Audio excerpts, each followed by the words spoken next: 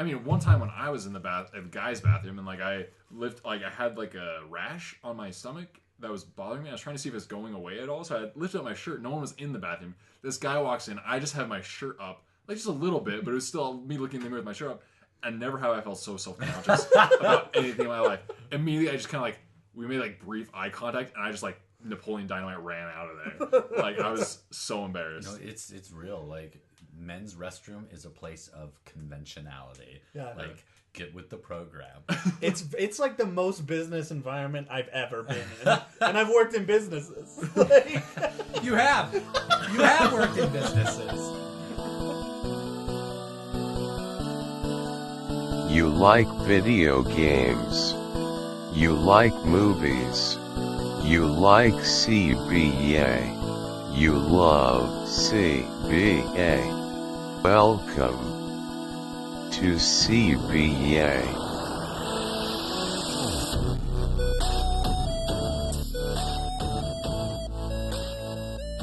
welcome to the CBA podcast, your fine purveyors of custom bumper accessories. Ooh, yes. Anything you ever need, we got them. So welcome to the podcast. I'm Tyler. I am also Tyler. And I'm Riley. Oh man, I thought you were gonna complete the No, 'cause triangle. that would have been a lie.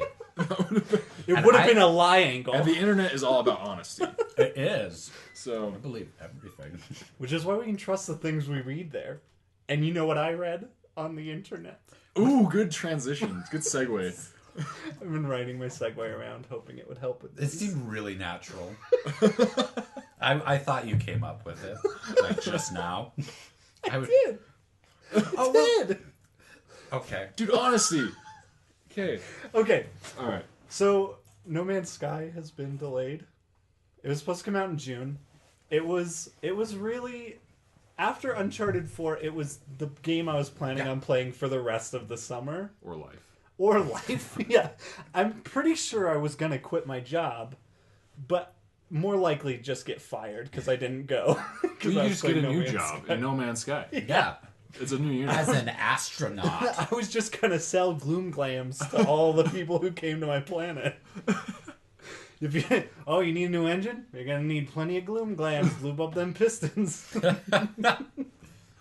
But yeah, it made me really sad. And now that, but we haven't heard anything from the developer. Basically, all that's happened is that the release date has disappeared from Ads. yeah. Has it disappeared from the PlayStation Store? I didn't even look. I haven't even checked the ads. All I saw was the one article with the one person's pictures of like who apparently got the leaked GameStop ads, which apparently is a thing, and they just said coming soon instead of the date. That's all I read. Interesting. But I haven't extensively looked into it because my heart was so broken I couldn't take the bitterness. The only thing that can make this better is if just next Tuesday, all of a sudden it's just up. It's just released. Psych. And they're like, yeah, we're gonna have to delay it. We meant move it up to tomorrow. Oh, did we say delay? Well, what if that's it? What if they're, because it comes out technically after E3? What if they're gonna pull an E3 sounds like, and it's available right now, and everyone loses their minds, And then no one watches E3 and then because they're playing everyone No Man's just Sky. leaves the auditorium to go download. Yeah, that's what I do. It'd be like, hello, games, get it? Yeah. It Kind of. didn't really fit. I was really trying to force That the one developers to sounded admit it. rehearsed. The first one was natural. This is only the third take, rather. We usually don't get it right until 5 or 6. So, but yeah, No Man's Sky is one of those games I was excited when I first heard about it, but I was kind of like, that sounds really interesting. I don't know like how much time I'll spend with it. And the closer we've gotten to it, like the more and more excited I've gotten about it. And I just want it right now. Yeah. I kind of have a similar experience with it. Like when it was first announced, I was kind of like, well, that seems like cool that they're able to do that, but it doesn't seem like fun. It seems like you get bored within like 5 minutes. There'll be no drive, no motivation. But at some point, like 2 months ago, I watched a video that changed my life. I don't know why, but it just showed it in a different way that I think it was the fact that like a couple facts. The fact that they said like by the end of this whole thing, when everyone's done playing this game, 99% of the planets will not have been visited. Yeah. And that was like, whoa. Like, that is how big it is. And the fact that you probably won't run into other people that often, and the fact that you can play the game as either, like, you don't select it, but you can choose at any point to switch to whatever method of playing it, either as like a trader, a researcher, or like a pirate. Yeah. And I'm like, that's super cool. Yeah. And then I think that's what kind of sold me on it with that video that I watched, and now I'm just super excited for it. Yeah. I think one of the big things for me was when they kind of revealed the idea that there is kind of this overall goal to like reach the center of the universe. And to me, I don't know, that appeals to like the kid in me of like, I don't know, it just feels like such a simple but also the grandest goal that you could have. You know what I mean? It's like, yeah, we just got to get to the middle of all that stuff. But like the journey, I don't know, it just feels like this really epic like tale, and I don't know, I'm really excited for No Man's Sky. I just can't wait. I really feel like they need to start implementing something called like video game therapy, because what you're talking about right now, like it can be easily translated into something along those lines, where it's like, yeah, we just got to get to the center of you. That's the whole purpose of the game. We just gotta get in here, buddy. Just gotta get in here. I can go on and on about that. Now tell me about your parents. Oh, no. But yeah, no, I think that there is like, honestly, that's another way I've looked at No Man's Sky. I didn't play Minecraft for a long time, but in the last year I've had probably about a week's block of time every few months where I just play Minecraft. And there's something so like therapeutic and kind of like palate cleansing about it, because there's no rules. The only rule I have is like, I gotta get in before night because I'm gonna die, because I never play long enough to get really powerful, so I'm constantly like at the will of this huge random world around me, and I die a lot. But that's kind of how I feel about No Man's Sky too, is there is that goal of getting to the center of the universe, but also the idea of not having all these things pushing me forward that I kind of felt with, if we're going to talk about Uncharted 4, but like with Uncharted 4, I'm like, I got to get to the end of the story. I got to see what's at the end. And part of that is like against my will, I'm being pulled along, but I'm glad, like I'm happy to do it. But that, like, that being absent in a game like Minecraft or No Man's Sky, like, is kind of freeing in a way, and I enjoy that for different reasons, you know. And I think along with what you were saying, that was part of the reason I didn't feel hype for it, was because it seemed like an anti-video game. Yeah. It's like, well, you're missing one of the key ingredients that make video games. But like the more videos I've seen on it, the more I realize, and that's why it looks amazing. Yeah. So yeah, one big thing about it too, like, it's just like super nerdy for me. I don't know if it's just like customizing your own spaceship is so appealing. Yeah. So I guess real quick, we're gonna round table it real fast. This was unplanned; it just came to me. If you could have one feature and you weren't restricted by programming or any sort of video game constrictions, what would be the number one feature on your ship? Oh dear. Mine would probably be like multi-directional thrusters. My favorite thing, so like, I'm talking about like just super like agile spaceship. That's like my main thing. That's my favorite thing in video games, is having something super agile.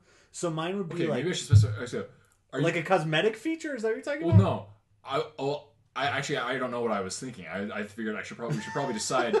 Are we talking if it could be put in No Man's Sky or in real life spaceship? Oh, in a real life spaceship? I originally thought real life spaceship, but now I'm thinking, oh my gosh, I'm so overwhelmed by just the idea I like of a the real life spaceship challenge. Okay, so a real, like, NASA's sending someone up. Yeah, and they're like, we get to add one feature to your ship, whatever you want it to be. Whatever I want it to be. Because we just discovered magic and we can do whatever, but we only get one wish. the dark side of me wants to be the elusive man, where it's like install a chamber room where you can communicate only with me. That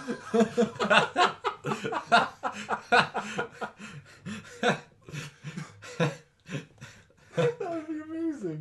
And I'm sitting in his like planet room, Watching a star die. like watching a star die, with like assistants bringing me things. That's what I want. On the USS Narcissist. How did you know that was my ship's name? Oh man, I don't even know. I'm new to the idea of having a spaceship in real life. Bro, you gotta just believe in your dreams. The world's your oyster. The world's your spaceship. But more than that, the world's your spaceship. Fly it. Right. Man. Okay, well, while you're thinking, I think mine would be... It's a toss-up. It's a toss-up probably because of that Munchies ad that we had on the table there, but either like a self-serve frozen yogurt thing in the cockpit. Yeah. Just right next to all the other knobs. all the frozen yogurt would be on the outside of the ship so it could stay cool. And then it comes out and there's a tube that goes into your ship and you're just... But never warm. Never warm. But it's a toss-up between that and a co-pilot who's a talking penguin. Who's kind of like Rocket Raccoon from Guardians of the Galaxy, only a penguin. Yeah. What would that be like? Would it be like one of the Madagascar penguins? Yeah, I think that'd be cool because they're like the commander. Something about those damn penguins, man. The Madagascar penguins are so appealing. Yeah, like, it's a mystery. It's like, which the movie itself is garbage, but the penguins for some reason are so appealing. They're really watchable. Yeah, and so like maybe just him with like kind of that almost like 50s detective or gangster type of feel to him. Maybe he wears a fedora. Okay, it's the penguin. It's for sure the penguin. Okay. The penguin's my feature. Just need Oh man. Get him as a best friend in your life. I would love... Okay. I've been replaying Alien Isolation. I don't know why. I have a lot of problems with Alien Isolation, but also it might be one of my favorite video games of all time. I can't decide. That's big of you to admit. That's thank you. Probably like just random survival experiences a la Alien the movie. Like something like that where like... Wait, what? Your feature is hazards? Yeah, hazards. because mine's the narcissist. No, wait. Is the masochist. Wait for it. Wait. But it's the danger minus the teeth. You know what I mean? It's kind of like the ultimate space camp experience. Oh yeah. But you're actually in space, but you get to live in space as if you're in Space the movie and not in space the cold dead wasteland where you float around with a bunch of Russians. Well, you know? I think they're making a game like that. Adrift. Oh, Adrift. Yeah.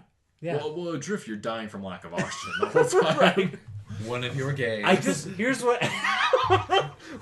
the many gauntlets Tyler likes to throw people through. He's just... No, but I just want to feel like a badass in space. Like... I guess being in space is badass enough. Dude, screw you guys. That's what I want, okay? Well, no. You want a feature that screws us? Another one of your games, Tyler? Screwing me? Well, you're weird, cozy. Well, no, I was just trying to understand it. You can have it. The point is, we're all bummed that No Man's Sky is delayed. Yeah, I'm really sad. True. I'm really sad that I don't get to go to virtual space. You know what? I change it. My feature that No Man's Sky is on my ship now. That I can play. It's always on your ship. It's like, we're losing signal to Houston. That's all right. No Man's Sky is on the NASA ship. puts a PlayStation 4 with No Man's Sky and then gives you one Xbox One controller. No! Typical NASA. Typical. I just realized kind of the irony of that you're like in space flying a ship, but you're like, no, But I need to experience this virtually, It's beautiful. not in real life. All right. One of us should be the first person to do it. Speaking of, To play where No Man's played space to before. play a video game of going into space. it's a good goal. Oh man. All right, well, speaking of release dates, Below still does not have a release date. Yeah. Below. So Riley, do you know what Below is? I don't. Educate me. Okay, I shall. So Below is, I think is it Xbox exclusive or is it PC too? It is like, I don't know. It might be a Microsoft exclusive. I'm not sure. Anyway, so it's like top down, and it's like really top down adventure game. Like it's like zoomed way out. Your character's like almost a speck. Cool. And so like it's got a lot of environment art to it. And it's like kind of mixed between like a top down Zelda game and Dark Souls. So basically you are an adventurer, you go into this cavern, you're trying to work your way through the cavern. If you die... Did you say... You just said it was like Diablo? Is that what you said? No, like Dark Souls meets Zelda, like the old school top down Zelda games. Okay. And when you die, if I have this right, I could be wrong.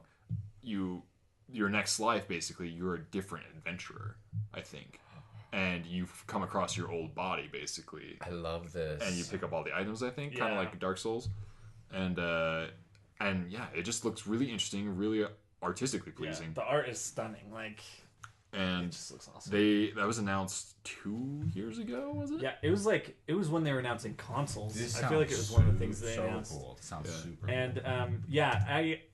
I have a Google alert for Cappy Below release date, and randomly I'll get these articles, and the article will say something like, Cappy's Below does not yet have a release date, but it's usually at the bottom of the article. So I excitedly click on the article and like skim through it, and then get to the end where they tell me it still doesn't have a release date. But yeah, Google you tease. just another game that I'm waiting for. It's like the internet doesn't respect you. I know. It's like I've given too much of my time to it, and it's teaching me a lesson or something. Anyways, but yeah, just games that I want to be out now, and that just make me sad they aren't. But also, there's been news. There's an article. Was it on Polygon? Was that article on Polygon about Uncharted 4 and their tester? No, that wasn't as smooth of a segue as your first one. But I know. I'm not. I didn't try very hard. I didn't. I was trying to just put a button on one thing and then immediately dive into something else. I like that one a lot. That segue works for me. I think it mixes it up. If you're interested, you can check Riley's podcast where he reviews the segues in this podcast. All right, we're going to listen to a few of Tyler's segues. We're going to talk about which of his segues we felt like worked, which of them could be better. But really, I'm curious what you think about Tyler's segues. So let's get to it. Let's get a dialogue going. Anyways, this article on Polygon, I believe. Yes. I'm gonna say that. I'm not even gonna look. No, I think it was. Well, I saw multiple sites report. It's okay. news. Yeah, I don't know who scooped it or what's the word? Premiered it. Yeah. Whatever. First. I can't remember. But yeah. Yeah, Neil Druckmann was being interviewed, and they asked him. Did they ask him specifically about playtesting? I don't know. I kind of skimmed to the part where he started talking about it. I didn't read like why. Yeah, I'm not sure exactly how it came up, but he did tell the story of a playtester who was frustrated when what's her name in the game? I just forgot it. Yeah, when Nadine is beating up Nathan Drake, and said something to the effect of, "Not you too, Naughty Dog," and got up and walked out of the room. No, I don't think he walked out. Didn't they? I thought they kicked him out. Yeah. Did they kick him out? I heard they escorted him. No. Oh my god. That's why the story's so interesting, because this man was so sexist that he was kicked out of his part-time job or gig or whatever he had going with Naughty Dog. Yeah. Well, so the scene, for those of you that don't know, the scene that we're referring to is you're at a party as Nathan Drake, you're snooping around, and you get caught by this woman who owns basically a private military corporation. Right. And she just kicks the crap out of you. Like, really, really kicks the crap out of Nathan Drake. She kicks the crap out of him so hard you can't even use the dodge button. Yeah. And I use that a lot, all right? Yeah. I want you all to know I use the dodge button, and I couldn't. Well, it's like in a previous fight, they introduced, press circle to dodge while fighting. Yeah. And you just can't in that fight. Yeah. And I'm like, what was the point of... Yeah, it felt like a pointless fight. You're absolutely right. Because it's like, could this not have just been a cutscene? But instead of doing his job as a playtester and pointing that out to Naughty Dog, he then is just complaining about how terrible it is that a woman is beating up a man. Yeah. Like, that was the thing. I love the decision to make me feel like I was fighting, but made me feel powerless. Like, Yeah. I thought that was Yeah, great. yeah, yeah. I thought it was brilliant. Well, it's a great storytelling. Like, Exactly, yeah. exactly. And if she owns a private military, then she's going to have to be this vicious of a woman. Yeah. Like, Yeah. I don't understand where the sexism would come from, to be honest. Yeah, I don't know. Did you feel like she was a believable character? Yeah. Oh, yeah. I love. I really like her as a character. I think she probably could have had more, like, dimensions kind of throughout. But I think it was a cool choice, and she is, like, very badass. Like, she is a cool character. So I really liked her character. I actually think I'd make the argument that her character is stronger because she's a woman. Yeah. Like, that character stuff. If it was a guy, I think my interest in that character, like, would be... It kind of... I don't know. It kind of feels stale and almost cliche in a way. Yeah. But having it be a woman... Well, maybe that's sexist itself to say, but like... But it's territory that Uncharted has already gone down with their villain in Uncharted 2. Yeah. The main villain in Uncharted 2 is Just a huge brute. huge brute military man. Yeah. And so it's like, bravo to Naughty Dog for choosing to mix it up. Yeah. Well, I think... I don't know. I guess just because of the culture we have in our society of how men and women are portrayed, I feel like that just made it more interesting. Yeah. Well, and I think he says something interesting because later they're kind of talking to him kind of about that decision specifically, and he says, yeah, when we're developing characters, we will look at a character and we'll say, does it matter if they're a man or a woman? Well, no, actually, I actually read this part. It's one of their concept artists. I think. Yeah. And it's a woman concept artist, and anytime they present a character to her, so this character was originally a man, and when they brought it forward, she's like, well, what if we made it a woman? And then, like you're saying, they sit down, they're like, okay, does it change anything if it's a woman? Does it affect the story in a way? If it does, and like, okay, yeah, well, does it hurt anything we've created with this character, basically? And if it doesn't, then they'll go ahead and be like, yeah, let's make it a woman. Yeah. Which I think is, I think that should be done more often. I like her. I like Nadine. I feel like intimidated by her while I'm playing the game. So I feel like she serves her purpose really well in terms of storytelling and characters. Yeah. And her personality, too, is... I think what I was trying to say earlier is if they would have made it a man, it would have felt like that brutish kind of thing, whereas her personality isn't that. It's a lot more like sly and cunning, but also very intimidating and powerful at the same time. Because I love the interchange between her and I'm forgetting his name, the older Sully. Sullivan. Yeah, Sully. Yeah. And how they had like this kind of sexual tension. Yeah. And then immediately we go to the polarity later in the with her like beating the crap out of Nathan. Yeah. And so I loved the duality of that, and I thought it was excellent storytelling. Yeah. Well, and I think it's one of those things that just opens up things that haven't been explored. I mean, so many like kind of ideas and cliches have been explored frequently in video games, I feel like. And so to have something that feels that fresh and real and just kind of, I mean, it's a cool part of the story, you know what I mean? Like, to have that is really great. And it's an awesome part of that game. So No. So yeah, we'll just add our voices to the collective internet saying "F you, guy." yeah. Hey, get out of here.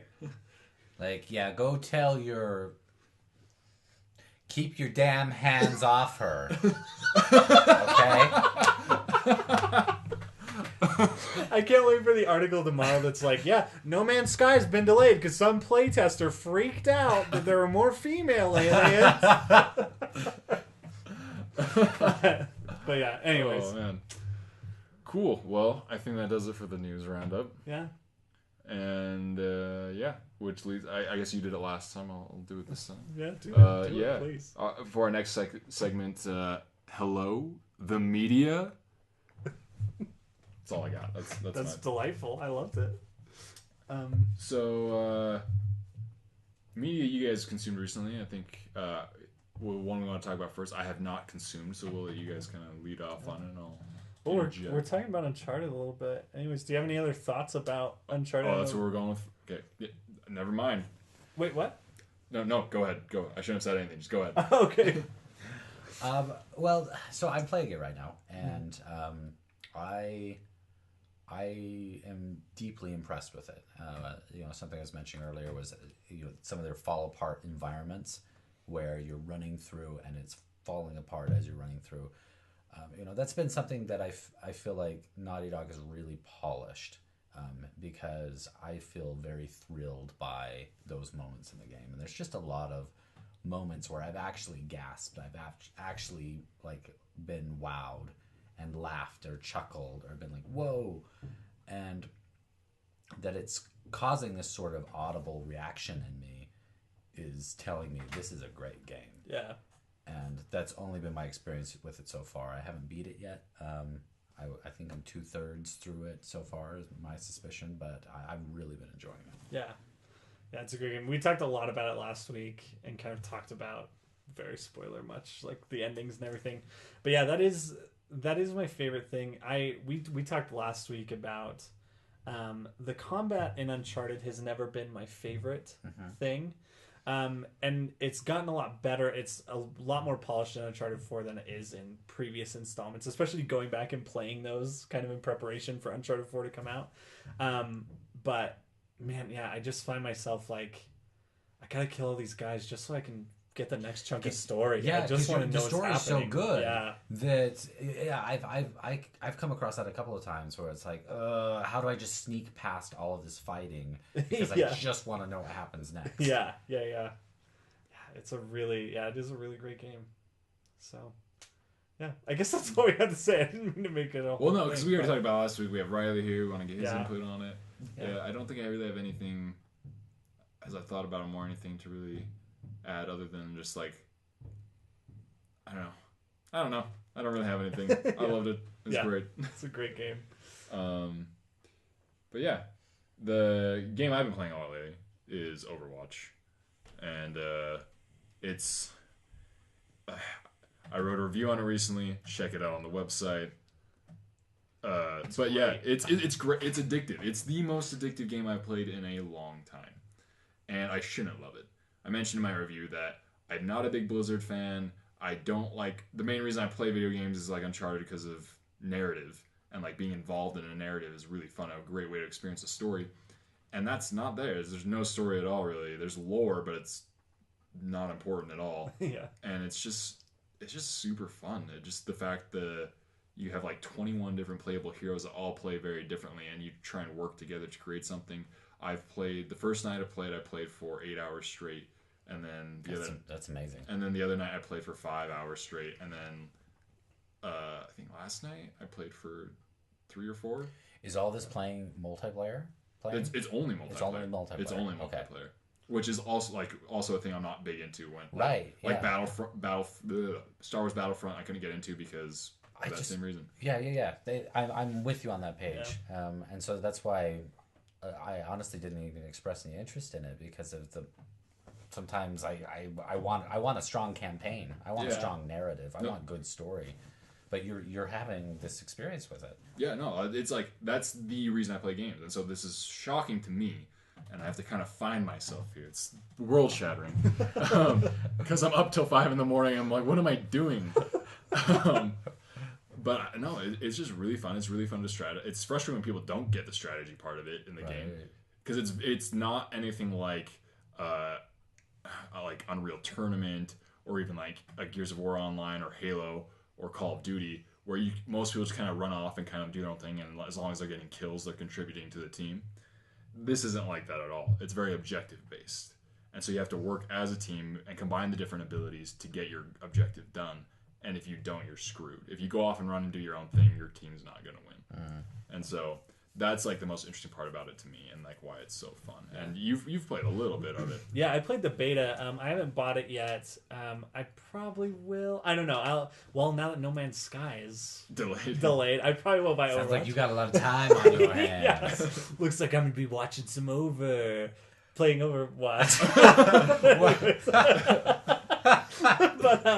but yeah, it is a really fun game, and I'm interested to see kind of what Overwatch has turned into in 3 or 4 months, because I think that I think the design choices in Overwatch have made a concerted effort to get people to play the way that you're talking about. And I'm interested to see how, as people come into this game and kind of realize that, if that community turns into kind of this unique group of people who play an online multiplayer game with that in mind. You know what I mean? Yeah. I'm interested to see if 3 months from now you see a lot less of people, because you still see that in Overwatch, people kind of just running in and doing whatever and attempting to put the team on their back or whatever. And that's not the way that the game works. And so I'm interested to see if those mechanics and those design choices do end up shaping the community into what Blizzard intends Overwatch to be. Yeah. So yeah, it's an interesting game. If nothing else, it's been interesting to watch, and to watch you be so excited and play it that much has been really weird. Hearing that makes me think, okay, I'll give it a shot. Yeah. Dude, we can play a little bit after this. Sweet. All right, I'll be informed. Next all right, podcast done? Is that all? That's all we had to talk about? Just kidding. No, yeah. So, other media. We wanted to talk about Civil War a little bit. Yeah. Now, Tyler, you have not seen Civil War. I have not. Riley, you have seen Civil War. I have. I've seen it 3 times. 3? Wow. 3 because times. I did it. I did that. So you did. I just wanted to watch it again. So I hated it.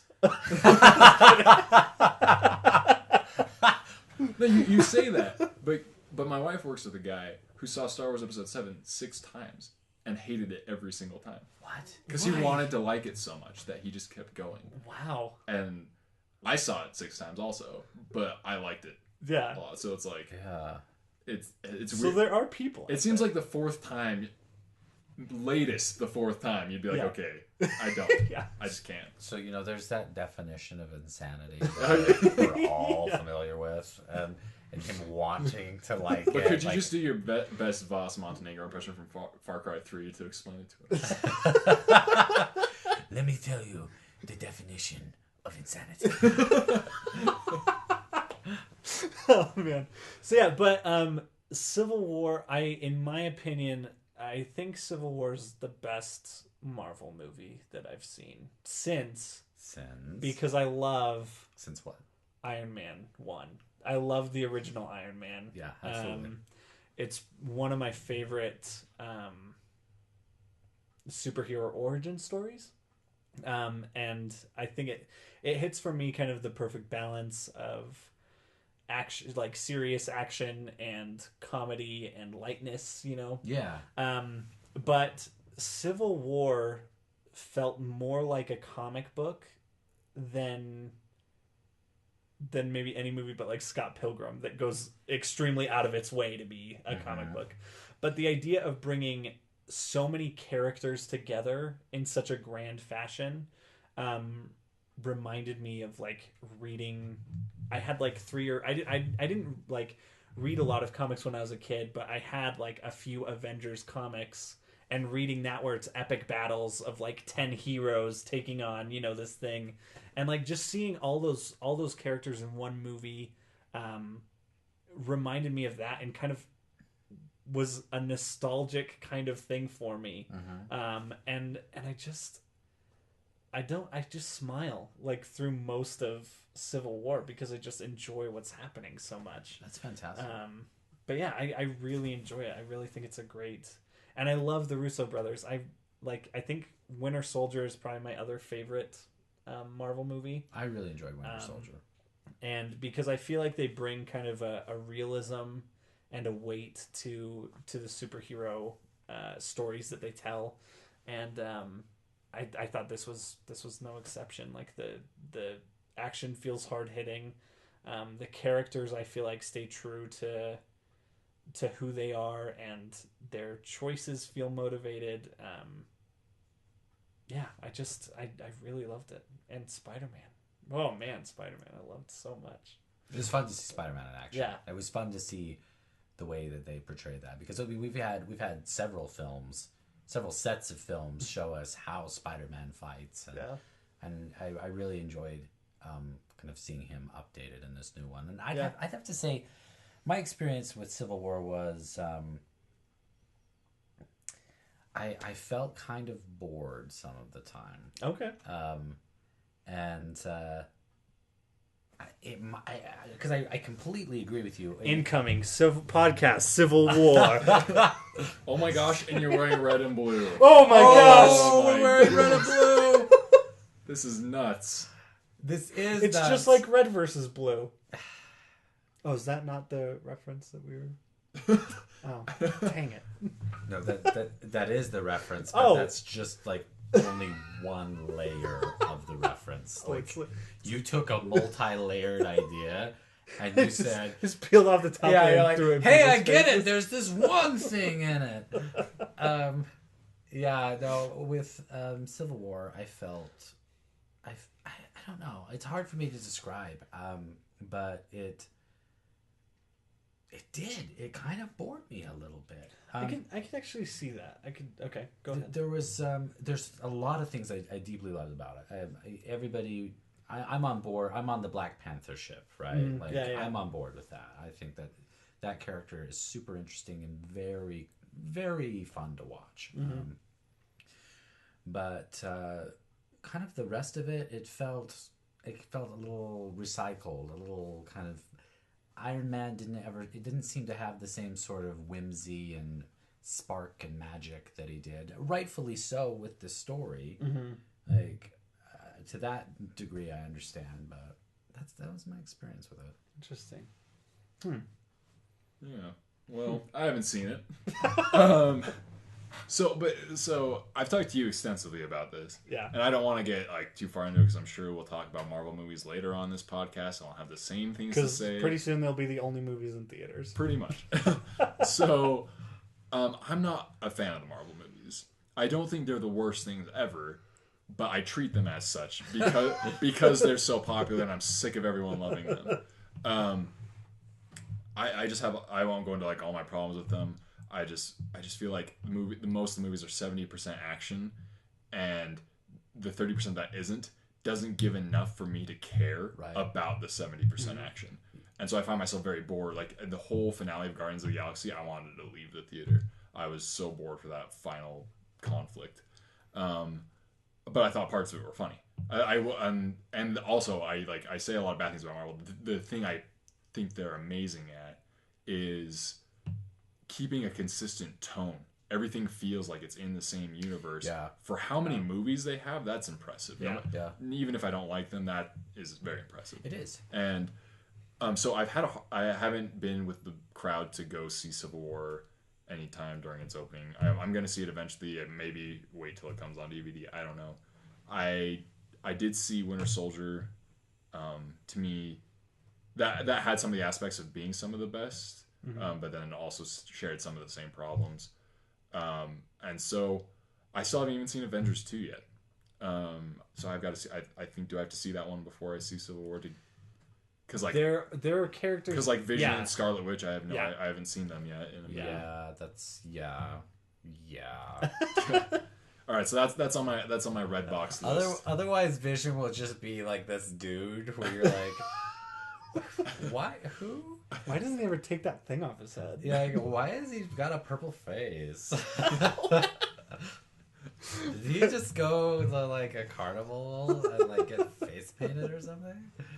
So, but I have been intrigued because I've been intrigued to see people's reaction, the differences in Civil War and Batman versus Superman. Yeah, I did see Batman versus Superman, and them being kind of similar concepts of two heroes or groups of heroes fighting against each other. It was interesting that they both kind of came out around the same time. Yeah, both from different companies, Marvel and DC, and just how bad of a reception Batman versus Superman got. And in my opinion, most of it's rightfully so. Yeah. Because Batman vs. Superman, once again, I'm not going into full extensive thing on it, but the editing was so bad. The editing alone was I could have done a better job, but I feel like also I know kids who are in like junior high who could have done a better job. I was completely checked out during that Batmobile fight. Oh yeah. Like with the way that thing was put together, like yeah, and I attribute it all to that editing. Yeah, it was. I think it's well, and I think like with I think part of the reason I like Marvel movies too is that I want to like them. I go into them basically handing them a win. You know what I mean? Because a lot of the characters I feel like have been in my life for a long time, because my dad has a bunch of old like 70s and 80s Iron Man comics that I read, you know what I mean? That's and like super cool. And so I was like so excited to see an Iron Man movie. And I think there's a part of me that wants to do that, that wanted to do that with Batman vs Superman as well, but even the amount of ground I gave it wasn't enough for it to kind of pull itself off in my eyes, you know what I mean? And like there were things that I really liked about it. Wonder Woman. Yeah, Wonder Woman was cool. Really liked Wonder Woman. I actually liked aspects of Ben Affleck as Batman, which I wasn't really excited for at all, but I like kind of the choice that they've made to just introduce a Batman who has been Batman for a long time already, you know what I mean? And is kind of this seasoned, kind of broken down, angry, bitter Batman, you know? I kind of like that. I really like that scene where the cops stumble upon him and we're seeing the way he moves, and it's actually kind of frightening. Yeah. I really enjoyed that style. Yeah, it was really great. No. And like the opening scene too, to establish his character, I thought was probably the strongest part in the whole movie. Yeah, where it immediately we know what he's going through. We get the reasons why, you know, like all the people who aren't really into comics ask, well, why are two superheroes fighting? Yeah, like that answers the question right off the bat. You're like, oh, okay, we get it. We may not agree, but we empathize with Bruce in this moment. Yeah, and I think the biggest flaw in maybe Batman Superman is trying to do what Marvel has done without kind of laying the groundwork. You know what I mean? Like Marvel kind of sets up these huge payoffs, but it was like Iron Man came out and it was like, cool, an Iron Man movie. And then at the end of Iron Man, they're like, hey, this Hulk guy. And you're like, hold the phone. The Hulk and like Hulk movie, you know what I mean? And like that was, I mean, how many years was it? But I don't know how many years it was between. Was it 2008 was Iron Man, and then Avengers was 2012. 2012, yeah. Yeah, so there's 4 years and 4 or 5 movies, like half a dozen films. Yeah, to where like you've kind of earned the payoff of like an Avengers movie and it having weight. Yeah, and I think that may be Batman vs Superman's greatest flaws. It's trying to be the Avengers before. I feel like it could have done that if it had maybe like slightly minored the scope of its vision, or it was a really ambitious movie. Yeah. Well, it feels like a movie with an identity crisis. Like I don't know exactly what it is. Yeah, well, I think one of its biggest flaws is it has to do with the editing, but I think a lot of things contribute to this problem is its flow. The Marvel movies have they tighten those things up. Yeah. They once again, I don't really like them, but I will say they do go like everything feels structurally sound and it flows good. It doesn't feel like there's a lot of hiccups. Every once in a while maybe, but not a lot. Batman vs Superman was just like taking like a turn left, hitting a dead end, coming back to the main road, then taking a right, and then like constantly stuff like that. And it just felt so that hurt the flow. The editing hurt the flow. Yeah. Trying to squeeze in too many Justice League things hurt the flow. I've heard a lot of people like the dream sequence that Bruce has. I don't really. I don't like. I felt like that hurt the movie a lot. Yeah. It was a weird moment, and I don't know how much of that is like. I'm not sure how much of my reaction is subconscious to like editing things. You know what I mean? Where I'm just subconsciously feeling uncomfortable because it doesn't function correctly or something. I don't know. I don't understand how it happened. Like how a movie Batman versus Superman turned into like what we have. I really don't know. Yeah. It seems like there would have been some serious safeguards put in place to make it a much more appealing film than it ended up being. Yeah. Well, like you're saying, I feel like there are. So what I noticed about it was there's things, and this is kind of Zack Snyder as a director. He does things in his superhero kind of movies that other superhero movies I feel like get wrong. But things that other superhero movies do right, he completely misses. Mm-hmm. Yeah. So like his action sequences are great. Yeah. And a lot of his visuals are really great too. Like he's got some good cinematography and visual skills that I think that kind of push the boundaries a little more than say a Marvel film that is pretty conventional and I feel like that's refreshing to me about Batman versus Superman is stuff like that, and the fact that like we talked about Batman's movements feeling terrifying, like kind of those moments, and the fact that they are willing, like it's a risky movie, like It is, yeah. it is very ambitious, very risky, and the fact that they did make Bruce so brutal was a risky move, and I think it paid off. I think everything with Batman works so much better than anything in that movie with Superman. Yeah. They should call him Brutal Wayne.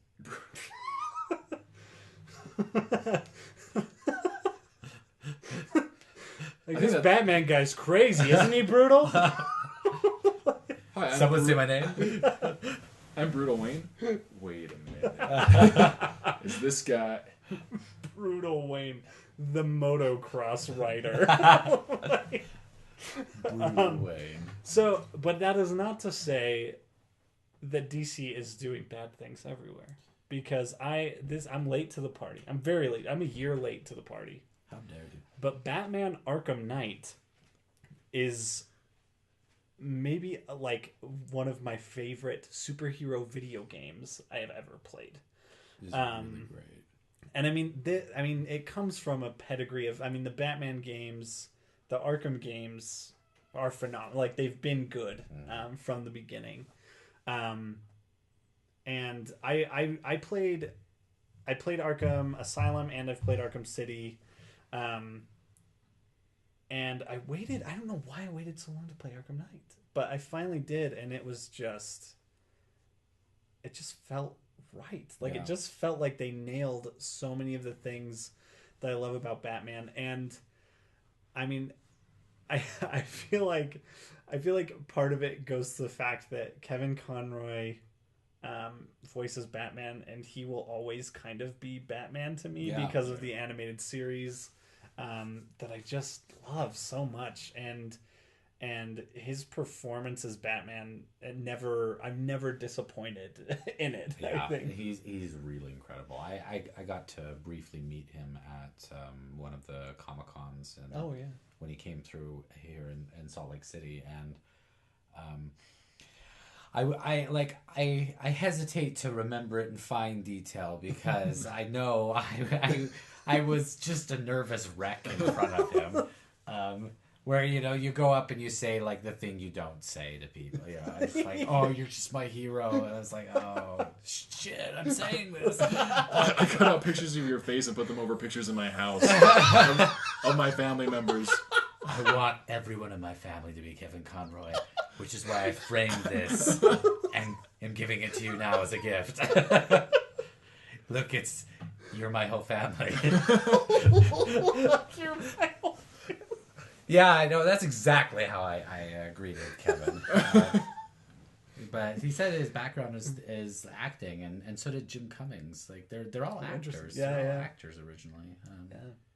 But so you love Batman Arkham? Yeah, Arkham Knight. I feel like one of the things that amazed me about Arkham Knight, and I have to attribute it to the game design because I'm not sure exactly how else to put it, but for me, playing through Arkham Knight, it felt so well paced, which is something that I usually have a problem with in open world games. Yeah. Because me as a player and the type of person is like, okay, there's an icon over here, I'm gonna highlight it and follow the arrows to that icon, and I just, like, instead of like kind of just having fun and running around. I find myself driving up and down streets and like mine sweeping the area as I'm going through it, you know. But something about that game design and the mission structure and the groups of missions themselves, because if you haven't played Arkham Knight, basically it's Arkham City is devoid of civilians because of a toxic, you know, a scarecrow scarecrow thing, incident, whatever.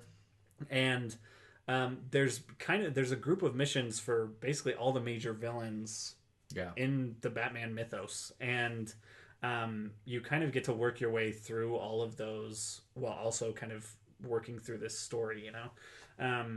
But for me, that was the thing that really stood out to me, is that the pacing of that world just felt so natural to me and so rewarding to kind of play through. And kind of the difficulty curve in it, kind of upgrading your skills and everything, felt really great. And it was just a really rewarding experience playing Arkham Knight. Well, I'm all about the movement in Arkham, where kind of the gliding capacity that Batman has, the ability to move over the city. I love the size of Gotham City. Yeah. You know, dropping villains off at the police station. I had so much fun with that. I love. Each time you kind of pick up a passed out villain and load them into the back of your like Batmobile. Like, it's just so. It's fun. like collecting a Pokemon. You're like, gotta catch them all. This is trophies. Yeah, it is. And the police station is your trophy case. Yeah. Here's another goofy whack job I picked up. Put them in my collection. Yeah. But when I played it, so we've talked about it before. It's a game I have nothing but praise for. It's on a technical level outstanding, and I'm sure the PC players will hate me because there were some PC issues on that. But I played it on Xbox, and I was just fine. Yeah, PS4. So PC Master Race my butt. Get a console. Just do it. Just Nike console. So when I played it, it was amazing. Like Riley was saying, the movement, being able to like glide around was so cool, and like it made you feel like Batman. I feel like that it's definitely the strongest of the Batman games. Absolutely. And like probably the strongest superhero game I've ever played, because I played some Marvel games. I've played other. That's a great point. DC games. And there have been a lot of Spider-Man games. I remember the Spider-Man 2 movie tie-in game was so good. So good. So good. I feel like that was the gold standard for a long time. Probably until Arkham Asylum, I think. I can't think of another superhero game that I played that I like really enjoyed. Yeah, I've played others that have been. I played The Incredible Hulk when Ang Lee's version of The Incredible Hulk came out. By the version of The Incredible Hulk, I think we can all agree. Eric Bana is my Bruce Banner for sure. So I played that on the Nintendo GameCube, and which just seems like a weird combination thinking about it. Or the perfect combination. It's perfect duality there. The Hulk in your GameCube. And my purple GameCube, like his purple pants. Yeah. But so I played that. I played the notorious Superman N64 game that everyone hates. Oh yeah, and that was I couldn't be the first. Did you fly through them hoops? Yeah, well I played that. How old was I? Super cute. I was like 10 when that came out. Yeah, and I couldn't beat that first level. Yeah, I just couldn't do it, and I was like, this game sucks. I was so mad, and I was so excited to be Superman. That just didn't happen. So to have a game that isn't just good, but it's actually technically incredible is awesome. Right. For some unexplainable reason on my end, I couldn't play a ton of it. I played about 8 hours, 10 hours, and I was done. No, I just didn't, for some reason, wasn't compelled to go further with it. Which, like I said, I can't explain because it's amazing. I've had that happen before with games. Yeah, sometimes it just bounces off of you. That's how I've had that same experience with games that I'm like, this is an awesome game.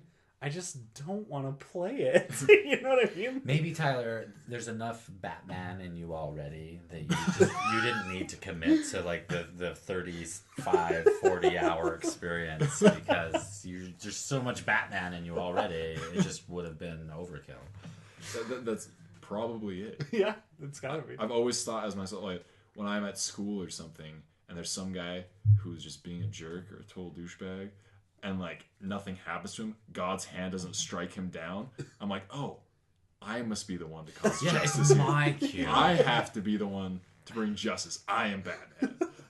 And then I end up making a fool of myself. But I like that you like give a moment. You're like, hang on, let's see if God intervenes. No, it looks like God's not doing a thing. Guess that's my cue. I'm the runner-up. But yeah. So I don't know what it is. But that game is. I have nothing but good things to say about it. Beautiful. One last thing I do want to say, because I just forgot about this and didn't bring it up. It's storytelling. So this is a first rated M Batman game, and it makes some really great storytelling choices that feel very true to Batman and like kind of his universe. And they are like, it is a very dark video game, and it explores some really dark things. I mean, because they're building off of a lot of the momentum established in the animated series, right? And you're used to the animated series. Like, did Clayface really die? No, he's probably coming back. Those kinds of things. And so when they make definitive choices with characters, and you're like, they're going to be in the next episode, right? Like, it feels hard to see certain characters go in that game. Yeah. I mean, it's been out a while, so I'm just going to drop it here. But, like, when Poison Ivy, like, just kind of... Yeah. It was like... Where she died? Yeah, Poison Ivy. Yeah. Oh, wow. I don't care, because I'm not going to finish it. But, yes, because you're Batman. Right? Yeah, I already experienced it in real life. Yeah. So. He's like, oh, they did put that in the game. You're like, that's I right. thought they would censor that out. I was heartbroken from that. I mean, it's heartbroken in Batman. Who killed her? Kids. Well, she sacrificed herself to clear the toxins out from Scarecrow's toxins. That's gives herself to interesting. the plant to clear out the air. And so it's this beautiful, bold choice with this recurring character that you've seen in many episodes of the animated series. Yeah.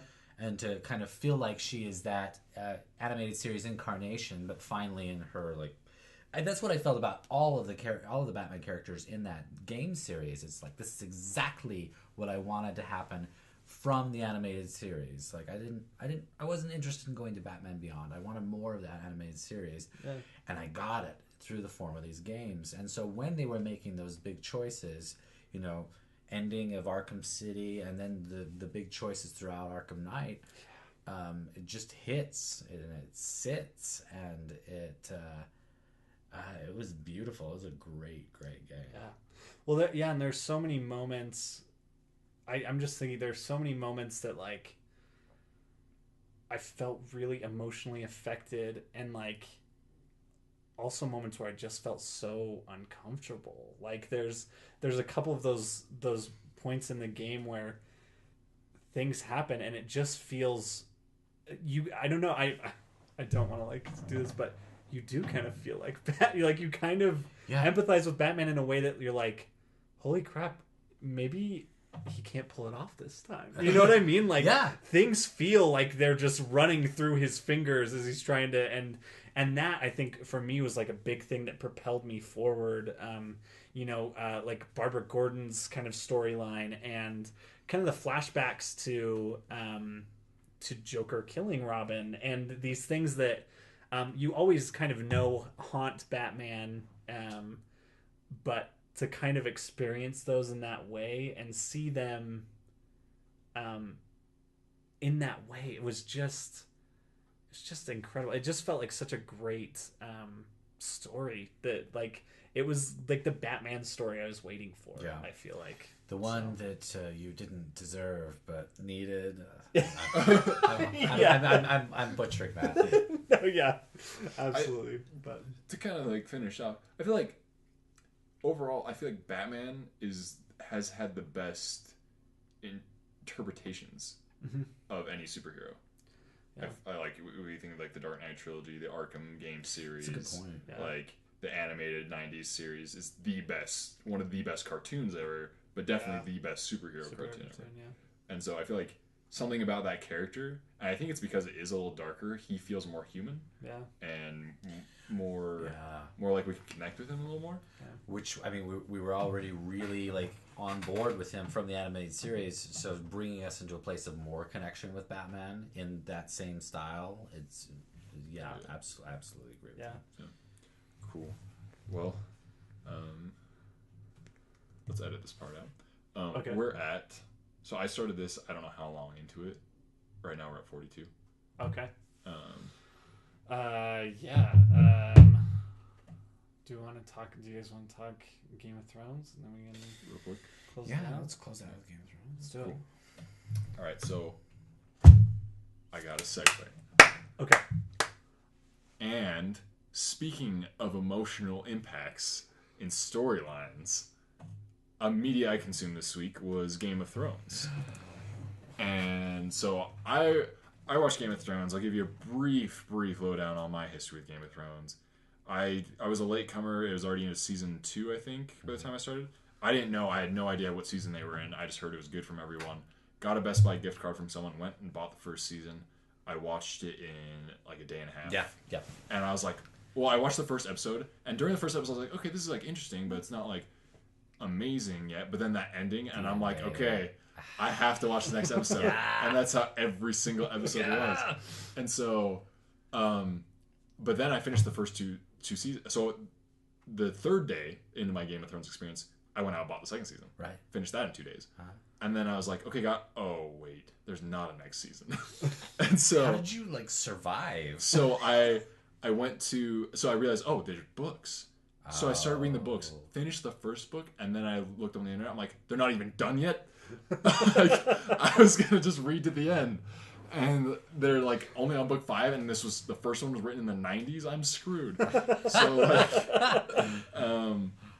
so yeah, that's kind of where I'm at. So like, I'm all caught up. I'm on. So you read all the books then? I've read all the books. I've seen all the episodes that have aired so far, and so the last episode was, I think, one of the best episodes in a while. For me, seasons 1 through 3 were amazing. And I think any changes that they made from the books were the right changes to make. Cool. Season 4 and 5 are where it started. Some of the changes started feeling not as smart and misstepping for me, especially in season 5. All of Dorne felt like watching a Hercules TV show from the 90s or whatever that was. It felt dumb, and it didn't feel good, and like it was just bad decisions were being made. But then so far season 6 has gotten right back on track, and cool. The last episode was great. And Tyler, you don't watch. You've read I've read the first 2 books. Yeah. Dude, and I'm like, it's like I haven't watched Game of Thrones for so long that I feel like I'd be giving up if I started now, which is a weird thing. You'd lose a part of your identity.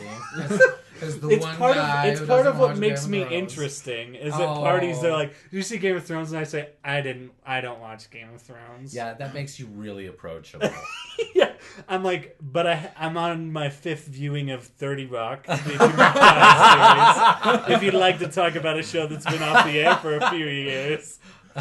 Well, no, my sister actually hasn't watched it, and she's almost read all the books. She refuses to watch it until it's all done, because she hears so many people being like, "Oh, I have to wait a whole week, or I have to wait till next season." And part of it too, I feel like maybe I have to wait a little bit longer until I forget some of the huge things that I already know, because I want to experience them, but I missed the boat the first time. So I'm like waiting until I can be impacted by it again or something. I don't know.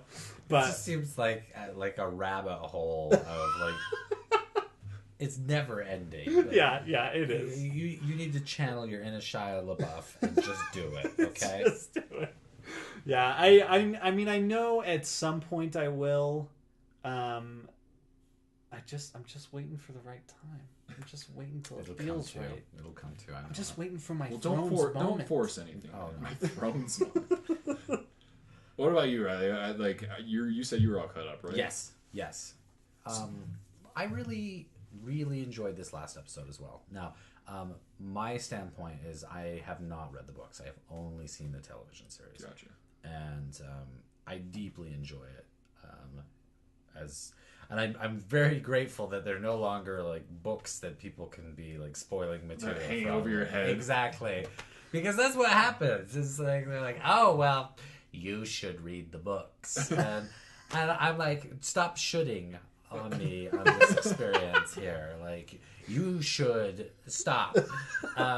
But no, so I really enjoyed the television series. I feel like it's a very smart television series, and I appreciate how it feels like it's the very finest things that people have to offer as far as television is concerned. It's definitely got the highest budget. Yeah, and so that's another reason why I like it, is because I just feel ritzy watching it. I'm watching HBO. I'm watching the finest television on television. Oh wait, it's not television though. Oh, that's right. It's HBO. It's HBO. I pull out my Martinelli's. I replace my roll of toilet paper in my bathroom with my expensive Charmin roll. Yeah. And I just watch Game of Thrones. Yeah. It's like it takes you up a level as far as luxuries and comforts go. But this last episode was really had a fantastic payoff to a question that had been around since season 1, and it was done in a way that was surprising, and I will always respect that choice. I feel like that was something that will always be one of those. It's as simple as the name, Hodor. It'll always be, whenever I hear that, I will always think, wow, one of the coolest ways to have ever like paid off a character. Yeah, and it was, and like, to me, like, I don't know, it was one of the most powerful moments in Game of Thrones. Like, it emotionally impacted me, like, probably in the top 3 times of the entire show. And the fact that they took their time with it at the end, that's the closing scene, and that shot lasts quite a while. Yeah. And that it lets it hit home, and that was a really smart choice. And it, but it wasn't just like a nice character send off or anything. Like, it was like it actually contributed to, okay, this actually means something for Bran, right? Like, because of what happened. It wasn't just like here's a shocking thing, because Game of Thrones is known for shocking things. It's, no, this actually changes things for the whole, I don't want to say lore, the whole, I don't know, the weight, the circumstances Who of holds the world. power. Yeah. Maybe, Yeah.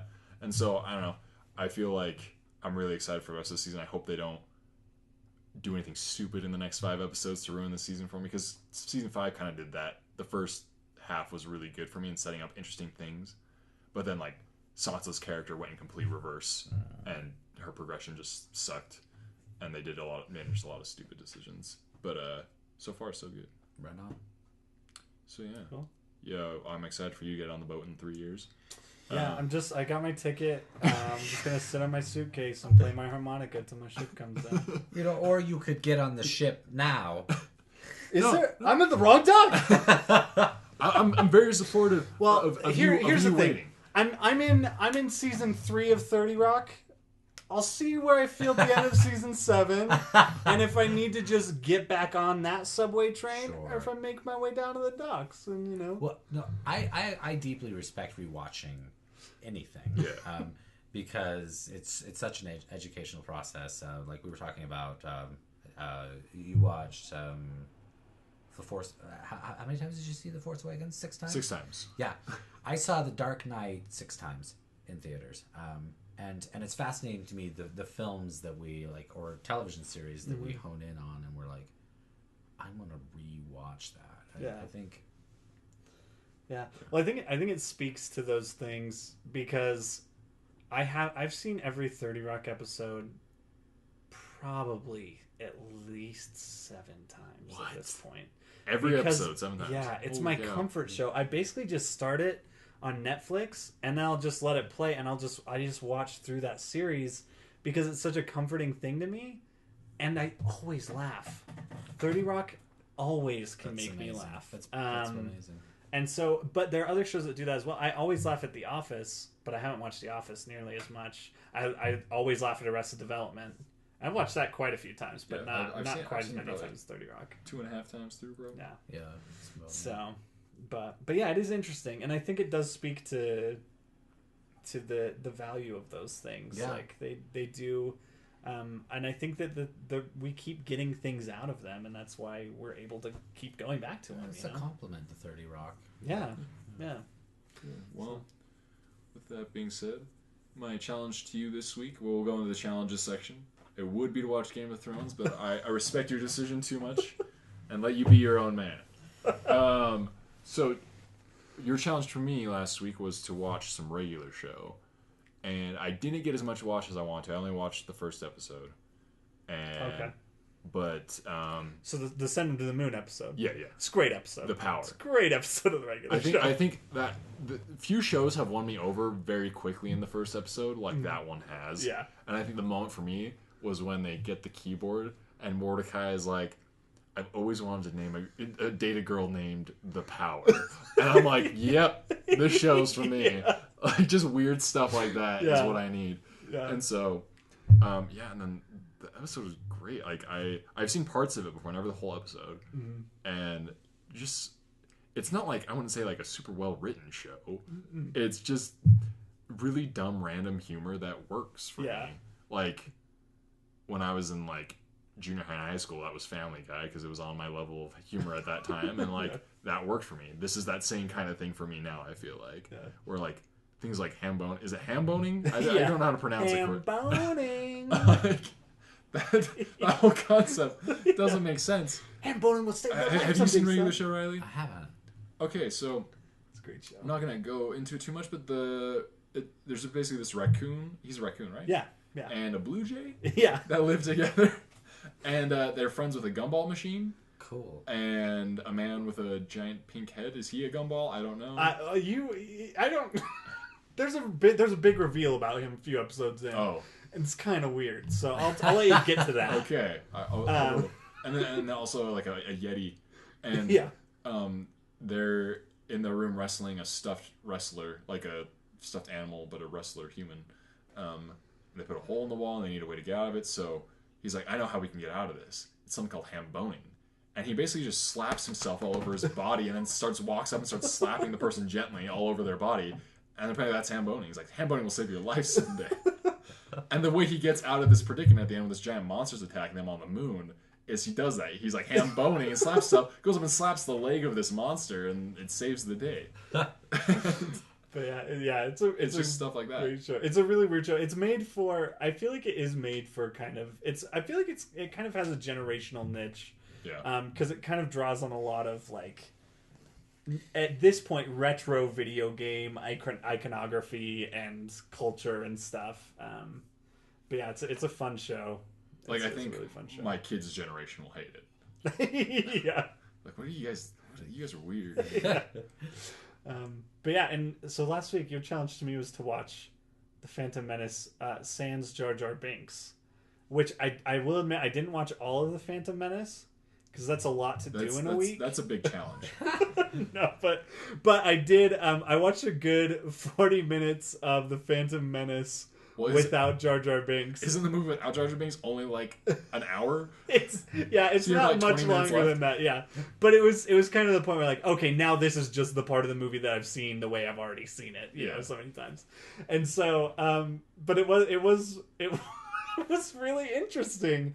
I might have liked it. I don't know, and I don't know. It's funny because like when I was younger and I saw episode 1. I just thought episode 1 was cool because it was a Star Wars movie. Yeah, and the lightsabers. Yeah. And, was super and cool. so, but of course, there's this huge animosity towards Jar Jar Binks, and I feel it now. You know, more. I think because it's part of the culture at this point to do it than anything. It's popular to hate him. Yeah, but yeah, it was kind of a fun experience just to see. Even just for the experience of seeing the Phantom Menace in a brand new way. You know what I mean? Not that it was removing necessarily him, but it felt like a different movie. And it feels really rapidly paced. Like, there's a lot less... You notice that Jar Jar Binks has a lot of scenes where they talk about midichlorians. There's not as much midichlorians in Phantom Menace all of a sudden, you know? And so... But yeah, it was kind of fun. It was kind of a cool little. That's cool interesting. Did it feel like it flowed okay? Was it a little choppy? No, it was choppy. I mean, Okay. it didn't. There are things that didn't feel Star Warsy about it because I think the way that it's cut, it cuts out a lot of the transitionary elements between scenes that make Star Wars his Star wipes. Wars. Yeah. Like, they don't even go to the Gungan underground city. Yeah. They don't even have the Gungan There's- fight. there's at the also- end. There's coming just up a out of the point. water. Yeah. Yeah. Also, they're wet. They're really wet. They've been running a long time to get to that city. They just got there. Yeah. But yeah, it was kind of fun. So Yeah. my challenge this week. One of the things I saw this week that we didn't talk about was the movie The Nice Guys. Nice. I loved it. It's great movie, great writing. Just a fun movie to watch. Cool.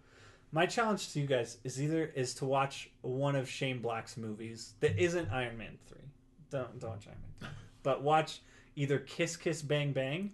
Great movie. It's a phenomenal I have movie. not seen Kiss Kiss Bang Bang, but I've heard I need to. Yeah, or if you can get to the theater, go check out Nice Guys. It's an awesome movie, like a great idea. and I think more people need to see it so that people know that there are people that want to watch this movie because it's just a fun movie, and to me, it represents a lot of what movies should represent. It's a smart movie, it's a hysterical movie, and it's just. I just enjoyed every minute of it, and I just wanted more at the end. You know what I mean? I just wanted to see what other shenanigans they were going to get into. So that's my challenge to you guys. Shane Black yourself this week. Shane Black. So my challenge is kind of dependent on a few things. Ooh. So you guys both have PS4, right? We did. Do you both have PlayStation Plus? Yes. Okay.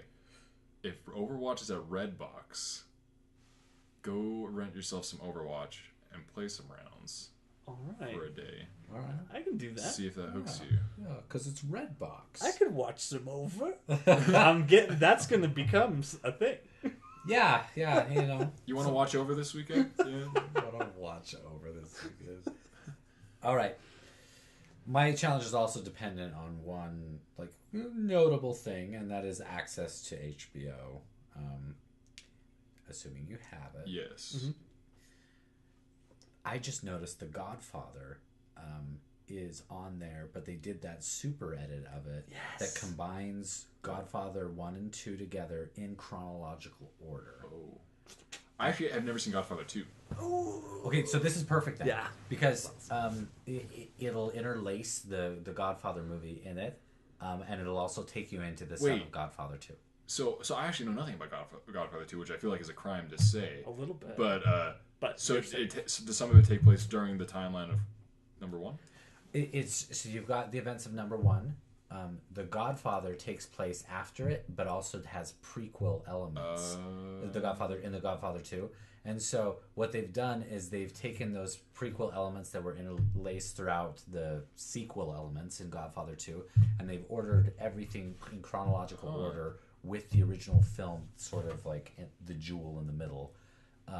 And so you'll get the prequel stuff, the original film, and then the Godfather 2 stuff that wasn't like the story of how Vito Corleone became the Don. Okay.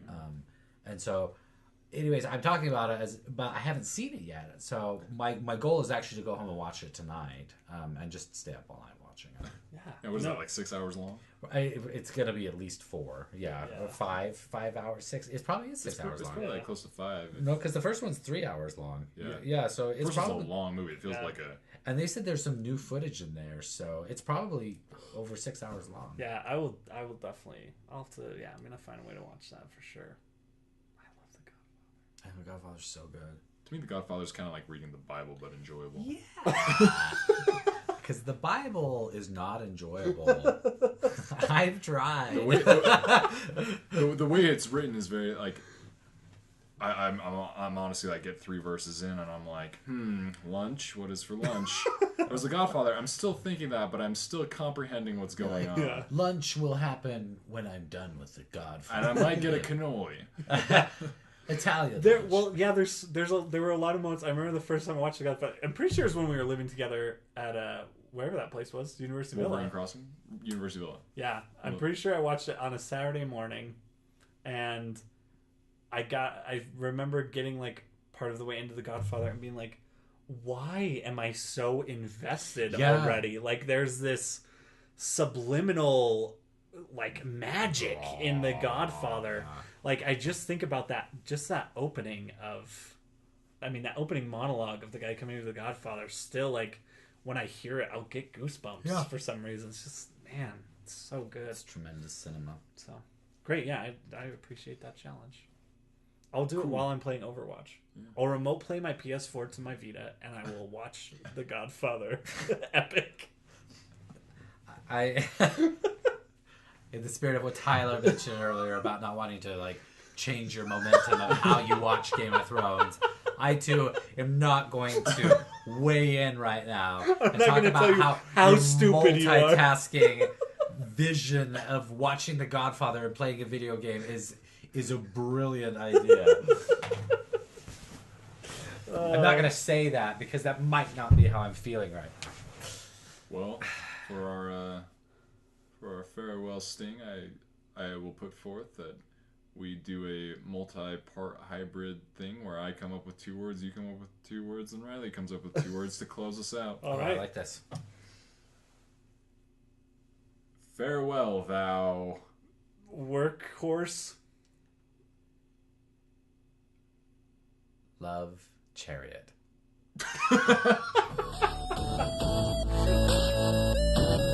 CBA loves you. Goodbye.